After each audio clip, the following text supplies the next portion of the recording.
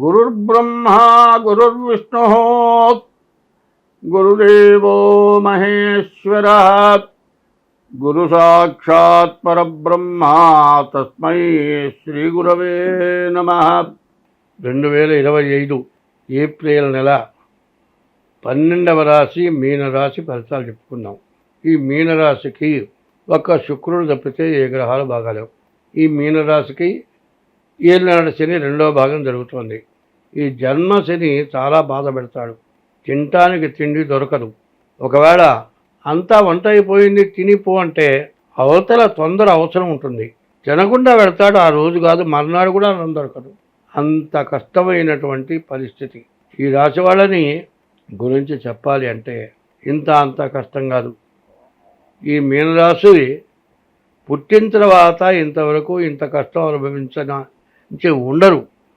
కాబట్టి వీళ్ళు చాలా జాగ్రత్త పడాలి. కాబట్టి వీళ్ళు ఏం చేయాలంటే, మరి మీ గ్రహస్థితి పూర్తిగా గోచార రీత్యా బాగాలేదు. మీ జన్మలగ్న రీత్యా మీ జాతకం చూపించుకోవడం చాలా అవసరం. అట్లా కాని పక్షంలో మీ డేట్ ఆఫ్ బర్త్ లేదనుకోండి, మీ హస్త సాముద్రిక ద్వారా మీ జాతకం చూపించుకోండి. అట్లా చూపించుకుంటేనే, దానికి తగిన శాంతి చేసుకుంటేనే మీరు దోషం నుంచి బయటపడతారు. ఈ సంవత్సరంలో రాహుకేతుల మధ్యలో గ్రహాలన్నీ పడ్డాయి. దానివల్ల సమస్యలు ఎప్పుడు కూడా ఎక్కువగా ఉంటాయి. ఎందుకంటే రాహుకేతువుల మధ్యలో పడ్డటువంటి గ్రహాలు, సూర్యచంద్రులు కూడా రాహుకేతువుల మధ్యలో పడితేనే గ్రహణం వచ్చి సూర్యకిరణాలు భూమి మీద పడక భూమి మీద ఉన్నటువంటి జీవరాశులందరికీ కూడా రకరకాలైనటువంటి బాధలు కలిగినాయి. కాబట్టి ఈ రాశికి చాలా ఇబ్బందికరమైన టైము. వివాహాది శుభకార్యాలకి బాగున్నది, కానీ అయితే చాలా జాగ్రత్తగా చేసుకోవాలి. తర్వాత వ్యాపారస్తులకు కానీ, ఉద్యోగస్తులకు కానీ, మోటార్ ఫీల్డ్ వాళ్ళకి కానీ, చదువుకుండే వాళ్ళకి కానీ, వ్యవసాయదారులకు కానీ ఎవరికీ కూడా మంచి ఎక్కడా కనపడలేదు. ఈ గ్రహం బాగాలేదు. అందువల్ల గ్రహం ఒకటి, ఈ గ్రహం ఎట్లా ఉంటుంది, గ్రహం అనే పదానికి ముందు ఆ కలిపితే అనుగ్రహం, ఆ తీసేస్తే ఆ రెండో ఆబడితే ఆగ్రహం. చూడండి, గ్రహానికి ఆగలిపితే అనుగ్రహం, మరి మొదటి అక్షరం ఆగలిపితే అనుగ్రహం, అది ఆ రెండో అక్షరం కలిపితే ఆగ్రహం.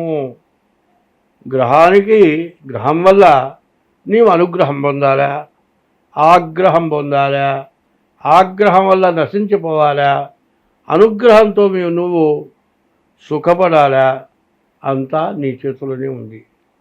గృహప్రవేశం అంటున్నావు. ఈ గృహప్రవేశం అనే దానికి అర్థమైంది, గా కొమ్మిచ్చి వృత్తం ఇవ్వట్లా, గా రాసి వృత్తం ఇస్తున్నాము. అది గృహప్రవేశమే. కానీ అందరూ గృహప్రవేశం అంటారు. గ్రహం అంటే ఏదో బాధిస్తుందని అనుకుంటారు. గ్రహం బాధించేది కాదు. ఆ గ్రహం ఎప్పుడు బాధిస్తుంది అంటే, నీ ప్రవర్తన సక్రమంగా లేకపోతేనే ఆ గ్రహం నిన్ను బాధిస్తుంది.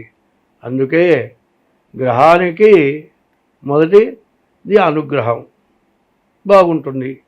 రెండో అక్షరం ఏంది, ఆ పెడితే గ్రహం. ఈ మూడింట్లో ఏది కావాలో మన యొక్క ఉద్దేశాన్ని బట్టే మనకు ఏదైనా జరుగుతుంది. కాబట్టి గ్రహాలనికి తప్పించుకోవాలంటే దైవబలం కావాలి, దైవానుగ్రహం కావాలి. దైవానుగ్రహం ఉంటే ఏ గ్రహం నిన్ను ఏమీ చేయదు. కాబట్టి ఎప్పుడూ కూడా చాలామందికి ఏమొస్తుంది, కాలసర్పదోషం, పితృదోషం వస్తుంది.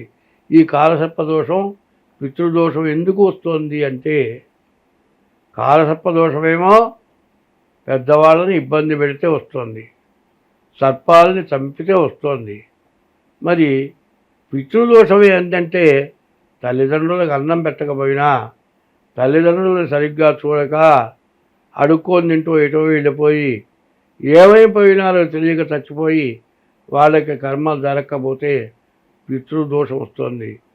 పితృదోషం, కాలసర్పదోషం వల్ల దాదాపు 190 మంది కష్టాల పాలవుతూ ఉన్నారు.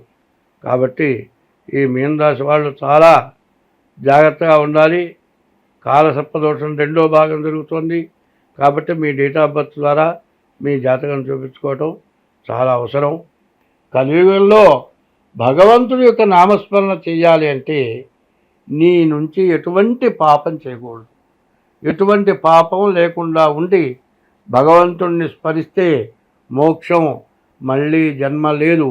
జన్మ లేకుండా ఉండాలా?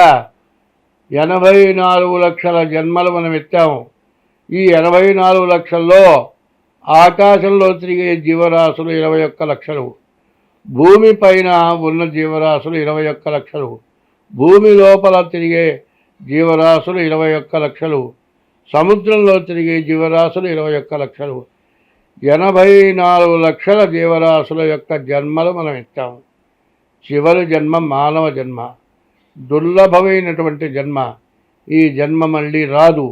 ఈ వచ్చిన జన్మని సార్థకం చేసుకోవాలి అంటే ఎటువంటి పాపం కూడా చేయకూడదు.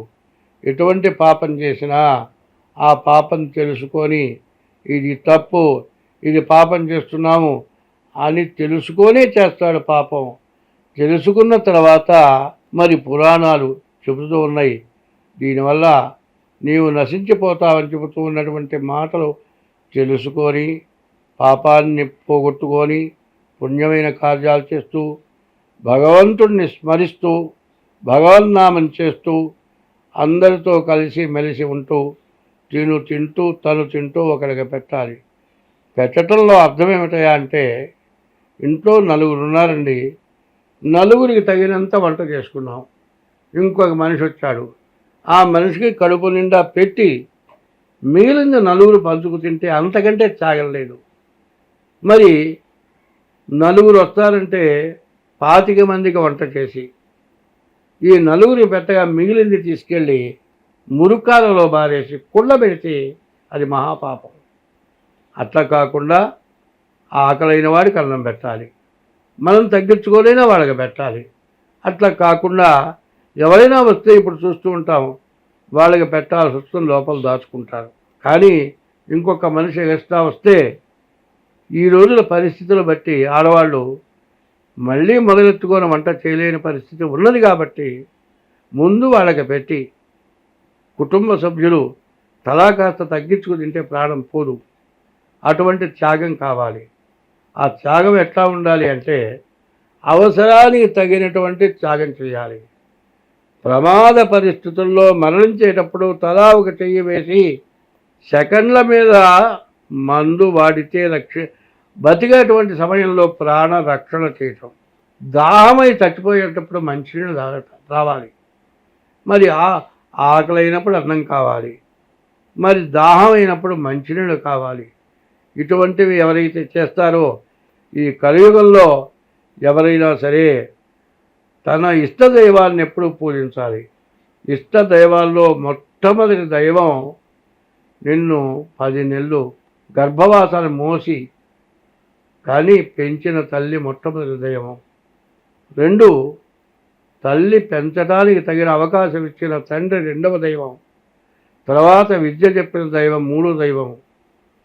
అసలైన దైవం ఎప్పుడు ప్రార్థించే దైవం 4వ దైవం. తల్లి, తండ్రి, గురువు, దైవం.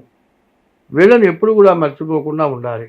కాబట్టి ఈ రోజులు అందరూ తప్పించుకొని ధర్మగుణం కలిగి ఉండాలి. ధర్మో రక్షతి రక్షితః. మరి ధర్మాన్ని నువ్వు రక్షిస్తే నిన్ను ధర్మం రక్షిస్తుంది.